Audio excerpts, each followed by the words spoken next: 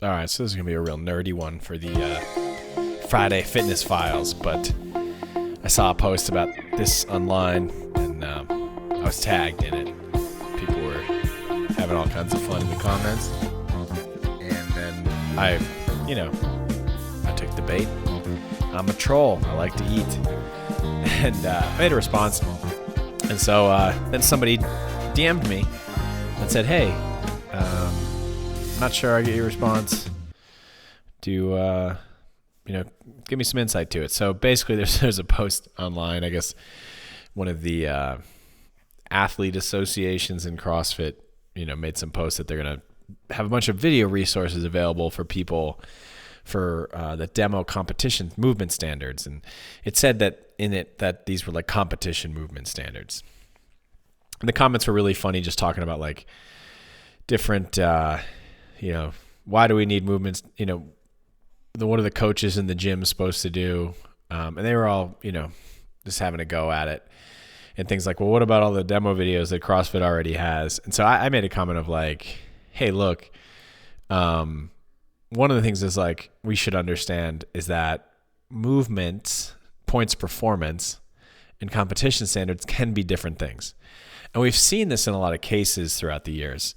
And like I said, this is a nerdy one, but I think it's important because when you want to talk about, it doesn't matter if you're a competitor, it doesn't matter if you are a just right in the door novice, doesn't matter if you are a new coach, a great coach, a good coach, a developing coach. I think this is a really important thing to understand because understanding this, I think, unlocks a lot of development and growth for your athletes over a long period of time. And the reason is because if I only train to one of the reasons is if I only train to the competition standards that are out there, it's a very narrow set of stuff. And also, competition standards don't always talk about quality or safety of movement.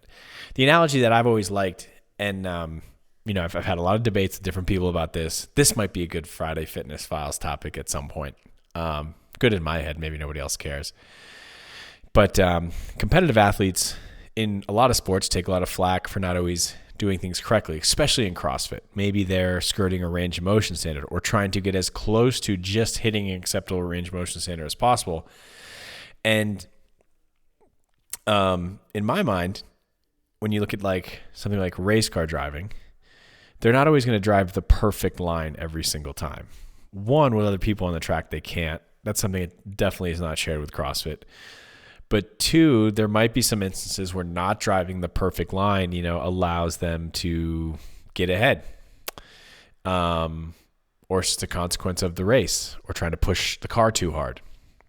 I think there's a lot of similarities between that and competing in CrossFit. Different topic, different time. Okay, back to the movement standards and movement quality and points performance. So what I had said essentially was competition standards different from what is shown and taught in affiliates in CrossFit gyms by CrossFit coaches.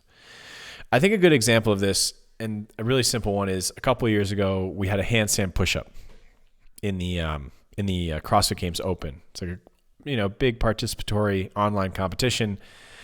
And there are all these standards around the handstand push-up, like what was the widest width the hands could be and, how far the hands could be away from the wall, depending on your height and stuff like that. And then there were some other ones like, your feet couldn't go out too wide and your butt couldn't touch the wall at certain times and things like that. And so one of the things that I have seen happen is like this competition standard comes out and people only practice this competition standard. And also a lot of the times competition standards don't really focus on quality of movement, the points performance, the mechanical pieces of the movement that, lead to things like efficiency, orthopedic safety, maybe even muscle recruitment. They don't focus on that. So for example, in competition, if you have a squat, typically it's just the range of motion portion of the movement. It's just get your hip crease below the top of your knee, below parallel, and stand up and lock all your shit out. Knees are extended, hips are extended, and you're standing up straight. It doesn't talk about like keeping your heels down. It doesn't talk about pushing your knees out. Doesn't talk about initiating the hips back and down. In fact, I think it's probably faster to knee initiate squats, especially with light weight, or at least that's the trend I see with competitive athletes. We'll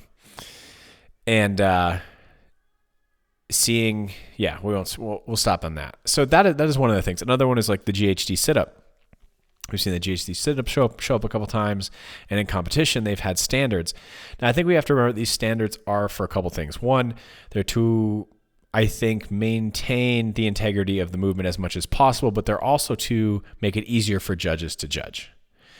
And my point when I said this comment wasn't that we shouldn't, especially if we have a gym of athletes who are going to participate in things like the CrossFit Games Open or going to go to CrossFit competitions or compete in the sport of CrossFit, they for sure need to pay attention to competition standards. But at the same time, they shouldn't get so myopically focused on competition standards that they don't learn a different way or they don't improve other aspects of the movement. And so that's really what I meant by this comment. And one of the things that really stands out to me is a long time ago, I was at a CrossFit Level 1 seminar. And, when I used to teach these or help instruct these, there was a workout on the first day, and the workout changed over time. It was different. When I went to my level 1, it was really cool. We did like a crap ton of workouts. We did a workout called Fight Gone Bad. For those of you that do know, gross. Basically, Fight Gone Bad is 3 rounds, and you have 5 different 1-minute stations and then a rest. And it's like max reps and calories. It's a brutal workout.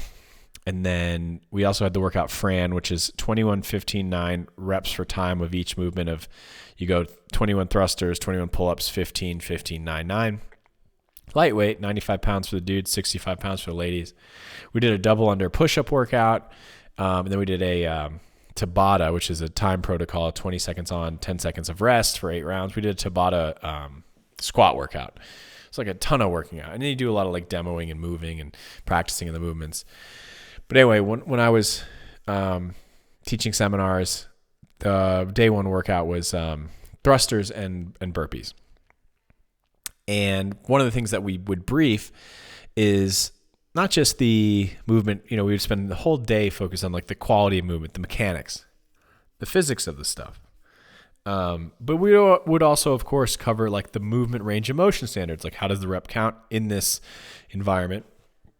And one of the things that on the burpee was we would ask that athletes fully extend, jump at the top, chest touches the floor at the bottom. Then from there, they get up. How they get up is up to them. They want to step up. They want to hop out of the bottom of the push-up. But once they're off the ground, at the top of the rep, they jump up. Hips, knees, and arms are extended overhead with a clap. And as I've watched the burpee over time in CrossFit, the standard has changed a bunch. And there are a lot of different types of burpees. And for a while, it was just your hips had to be extended. And what this would led to is a lot of athletes bending their elbows, kind of like they're setting up for a overhead tricep extension, bending their elbows and then clapping their hands, barely clapping, touching their fingers behind their head.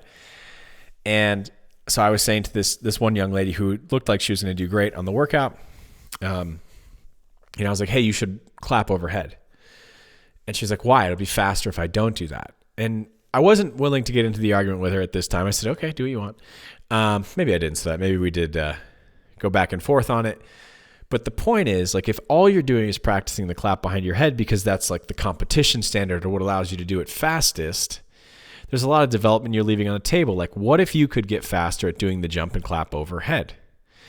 To me, this is like a bigger life lesson of like, what if you could get better doing this thing a little bit harder? Like, hey, I'm pretty good at this thing now. And, it's like not so bad. I'm like, yeah, so make it a little harder. Ratchet up the intensity a little bit. Ratchet up the difficulty a little bit. And so that was a good example of this. And that's why I bring up that point. And the other reason I bring up this point is because when you think about like the longevity of a CrossFit athlete, there's lots of things we can go do and apply our time spent in a gym learning, developing CrossFit outside of the gym. There's tons of places and practices and disciplines where we can apply the fitness we develop inside the gym. And we have in CrossFit, and I've always encouraged this with my athletes. It's definitely something I've explored more the longer I've done CrossFit. I always used to joke, like, I did all these really cool sports and activities before CrossFit, found CrossFit, started competing in CrossFit, and all I did was CrossFit. And just like everyone else, all I did was talk about CrossFit. Still am. Do a little bit of, have a little more diversity in my life now. But the longer I've done this, I think it's really important. And if all you're focused on inside the gym are competition standards, one, you might miss out on the quality of movement.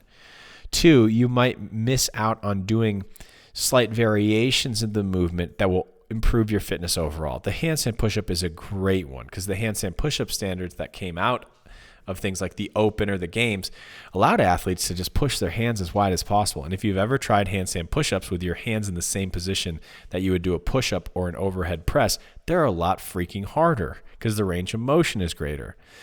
But they're going to put, as my good friend Adrian Bosman once said, it put delts on a pencil, right? So it'll grow your shoulders a little bit. And that's why I think this kind of stuff, think this stuff is really important. And there are so many other, examples of this that we could, I could just see everyone sitting there rolling their eyes like, we get it, man, to talk about this. But the big takeaway and why I say, hey, competition standards are different in a lot of cases from what's being taught in the affiliate. Here's another good one. Is a handful of years ago, and they don't really do push-ups in the Open anymore, and I get why. I think it's like one of the most underused but also abused movements. The push-up is beautiful. You don't see a lot of people with good push-ups, and every time I do, I'm like, oh man, that's a nice push-up. I do actually say that. That's the phrase that comes out of my mouth. But it's like seeing like an old classic car, that's just clean and looking nice. And you just you see it and you're like, ooh, that looks really good. And then, life goes on. But that's what I feel like because there's just so much blah in all the push-ups going on. But anyway, in the Open, this is a long time ago, they did a hand release push-up. And then after that, that's all people fucking did in gyms was hand release push-ups. They stopped practicing push-ups. They stopped practicing other variations of push-ups. And it didn't matter how shitty their push-up form was as long as it was hand release. Well, I did hand release push-ups. I'm getting worked up about this.